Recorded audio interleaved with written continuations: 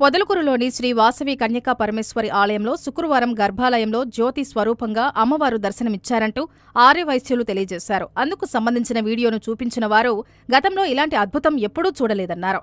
అమ్మవారు తన కరుణను జ్యోతి రూపంలో చూపించారని చెప్పారు. ఈ దృశ్యంతో అమ్మవారిపై తమ భక్తి మరింత పెరిగిందని చెప్పారు.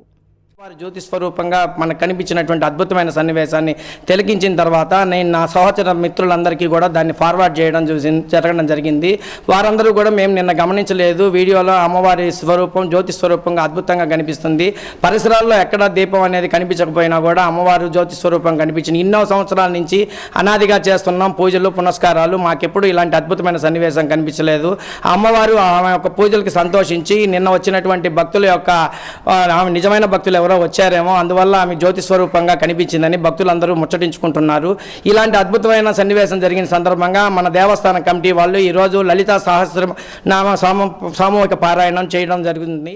ఆ దీపం చూసిన తర్వాత మిత్రుడు మాకు తెలియజేసిన వెంటనే చూసాము. ఏ విధంగా చూసినా కూడా ఎలాంటి అవకాశం లేదు, అది నిజంగా అమ్మవారి శక్తి స్వరూపిణి నమ్ముతున్నాము.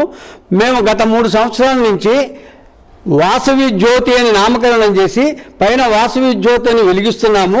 మరి ఆ మహాతల్లి ఆ జ్యోతి ఈ రూపంలో మాకు కనిపించిందేమోనని మా ఊహ, మా నమ్మకము.